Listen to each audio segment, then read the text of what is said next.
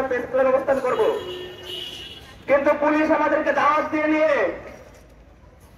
এই আওয়ামী লীগের বাহিনী আমাদেরকে দাওয়াত দিয়ে নিয়ে আমাদেরকে সচিবালয়ের সামনে নিয়ে আমাদেরকে পিটাইছে। এর বাস্তব প্রমাণ ভাই আমি নিজে। আজকে আমি সাধারণ জনগণের কাছে জানতে চাই, 24-এর আন্দোলন আমরা কিসের জন্য করেছিলাম?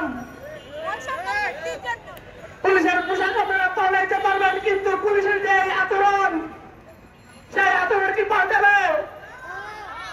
সেই আচরণ যদি পাল্টাতে হয় তাহলে বাংলাদেশের যত ফ্যাসিস্ট আমলের পুলিশ আছে ধরে ধরে তাদেরকে বরখাস্ত করতে হবে। এবং আপনারা জানেন বর্তমানে স্বাস্থ্য খাতে সবচেয়ে বেশি বৈষম্যের শিকার। স্বাস্থ্য খাতে বৈষম্যের শিকার শুধু একটা কারণ, সেই কারণ হচ্ছে স্বাস্থ্য মন্ত্রণালয়ে যারা আমলাতান্ত্রিক লোক এখনো রয়ে গেছে, ফ্যাসিস্ট হাসিনার লোক এখনো রয়ে গেছে। তার বাস্তব প্রমাণ হচ্ছে আমাদের 24-এর আহত ভাইদেরকে এখনো সুচিকিৎসা দেওয়া হচ্ছে না। কিসের জন্য সুচিকিৎসা দেওয়া হচ্ছে না? আর কিসের জন্য স্বাস্থ্য খাতে এত বৈষম্য থাকবে? এই বিচার আমি জাতির কাছে দিয়ে গেলাম, সাংবাদিক ভাইদের কাছে দিয়ে গেলাম। গতকালকে একজন নির্মম যে আমাদেরকে আহত করেছে, তার সাথে জড়িত হচ্ছে আওয়ামী লীগ ফ্যাসিস্ট যে লোকগুলো আছে তারা। সেই সময় আমি বলতে চাই, কয়েকদিন আগে একটি নিউজ রিপোর্ট হয়েছে এটিএম বাংলায় যে আমাদের যে বর্তমান ভোট যে বাংলাদেশ রাষ্ট্রীয় চিকিৎসা অনুষদের উপসচিব, সে একজন আওয়ামী লীগের দালাল ছিল। সেই বিচার আমি সাংবাদিক ভাইদের কাছে দিয়ে যাই। তাকে অতি বিলম্বে এখান থেকে পদত্যাগ করতে হবে, না হয় কিন্তু আমরা আবার বাধ্য হব বাংলাদেশ রাষ্ট্রীয় চিকিৎসা অনুষদ ঘোষিত। সম্মানিত সাংবাদিক ভাই ও বোনেরা এবং আমার সামনে অনেক ভাই এবং বোনেরা আছেন, আপনারা জানেন যে গতকালে শুধু আমরাই নয়, গতকালে শুধু আমরা ছাত্রছাত্রী নই, এই পুলিশ বাহিনী, পেট্রোল বাহিনী আমাদের সাংবাদিক ভাইদেরকেও আহত করেছে।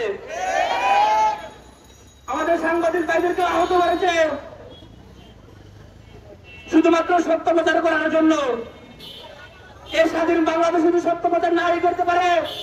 কিসের জন্য আমার আবু সাইদ ভাই, কিসের জন্য আমার মুগ্ধ ভাই প্রাণ দিয়েছিল?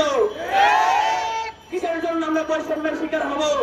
যদি এই স্বাধীন বাংলাদেশে যদি আমাদের বাক স্বাধীনতা যদি না থাকে, আমাদের মৌলিক অধিকার যদি না থাকে, আমাদের মৌলিক যে অধিকার, সে অধিকার যদি আমরা না পাই, তাহলে কিসের স্বাধীন বাংলাদেশ হইল? আমি সারা বাংলাদেশের মানুষের কাছে জানতে চাই, যদি এই স্বাধীন বাংলাদেশ তৈরি করতে চান, শুধু স্বাস্থ্য খাত নয়, প্রত্যেকটা সেক্টর থেকে গড়ে গড়ে বের করে ধরে আওয়ামী লীগ প্রতিষ্ঠানকে দূর করতে হবে। খুনি হাসিনা লেজ গুটিয়ে পালিয়েছে, কিন্তু তার দূষণরা এখনো বাংলাদেশে রয়ে গেছে, প্রত্যেকটা সেক্টরে রয়ে গেছে।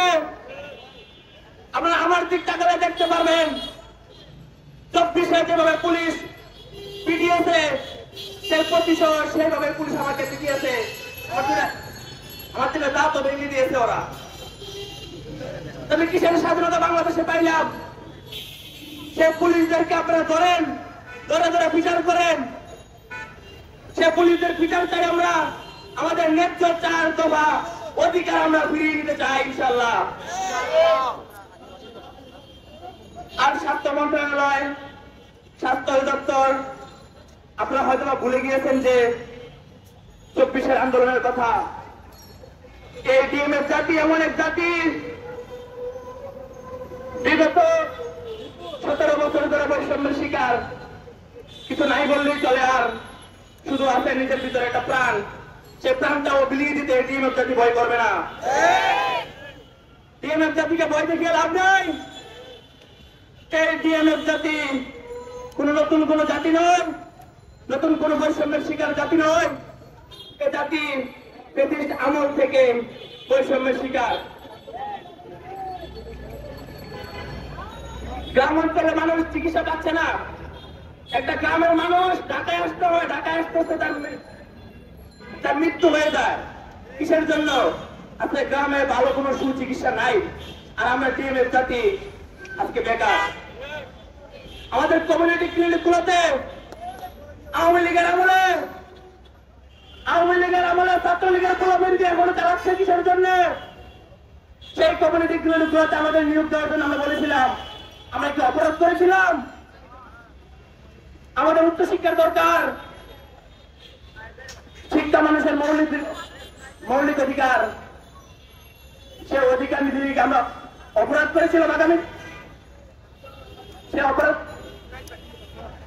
সে অধিকার নীতিকে আমরা অপরাধ করেছিলাম। আমাদের স্বতন্ত্র ভোট দিয়েছিলাম, সে ভোট কি আমাদের জন্য অপরাধ ছিল?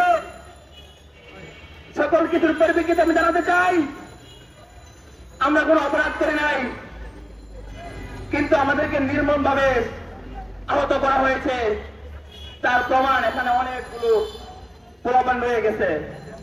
সেই সুবাদে আজকে আমরা প্রেস ক্লাবে তীব্র নিন্দা ও প্রতিবাদ সমাবেশ রাখছি। আমরা চাই আমাদের যে 4 দফা অধিকার, এটা আমি কখনো দাবি বলবো না। আমার দাবি আপনি দিবেন না আমি জানি, কিন্তু আমার এটা অধিকার, এটা আমার দাবি নয়। সেই দাবি না, সেটা এখন অধিকারে পরিণত হয়েছে। সেই অধিকার আমাদেরকে ফিরিয়ে দিন। আর যদি এর কোন তালবাহানা হয় তাহলে 24 আপনারা যেভাবে দেখেছেন সেইভাবে যেতে আমরা বাধ্য হবো ইনশাআল্লাহ। সকলকে ধন্যবাদ। ধন্যবাদ আমার আহত ভাই ও বোনদের যারা বারবার প্রতিহত হওয়ার পরে বৈষম্যের শিকার। তখন থেকে যখন আমরা আমাদের দাবিগুলো জানানোর চেষ্টা করি, ঠিক তখন থেকে কিন্তু আমাদেরকে আগে ছিল সিনিয়র বিএনপি ট্যাগ দিয়ে আমাদেরকে মারা হতো। আর এখন কি করে? এখন উল্টা ট্যাগ দিচ্ছে। আরে ভাই, আমরা ট্যাগের ভয় পাই না, আমরা আমাদের ন্যায্য অধিকার নিয়ে এসেছি। মনে রাখবেন, সিনিয়র ট্যাগ যেহেতু আমাদেরকে দমাতে পারেননি 24-এর আন্দোলনে, কিন্তু তারাই আজকে বৈষম্য বিরোধী আন্দোলনে যোগদান করে তারা আজকে কোনো অবদানের জয় এনেছে। আপনারা খোঁজ